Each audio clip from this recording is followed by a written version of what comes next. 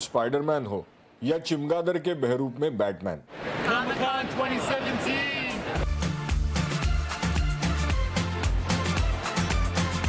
इस अनोखे comic convention में कार्टून्स की दुनिया के तमाम कैरेक्टर्स अपने फैंस का दिल लुभाने आए हैं।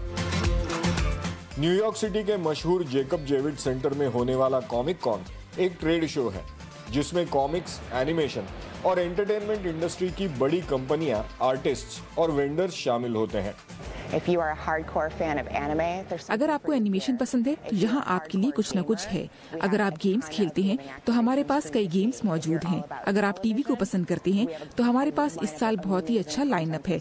अगर आप मूवी के फैन हैं या कॉमिक किताबें पसंद करते हैं तो हमारे पास वो सब कुछ है।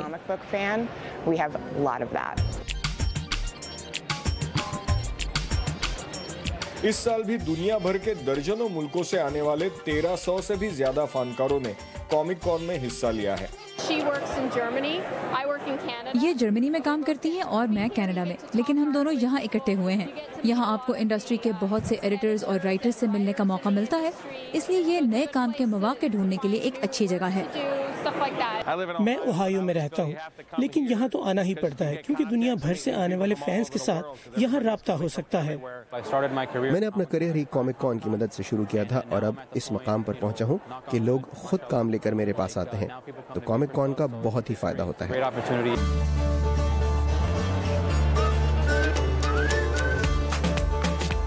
लेकिन कॉमिक्स के दीवाने फैंस के लिए कॉमिक कॉन किसी मेले से कम नहीं।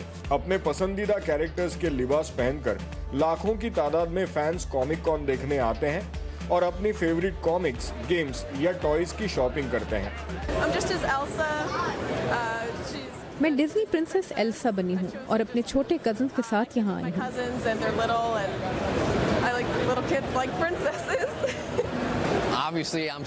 जाहिर है मैं जापानी सुपर हीरो हूँ और यही मेरा फेवरेट कैरेक्टर है।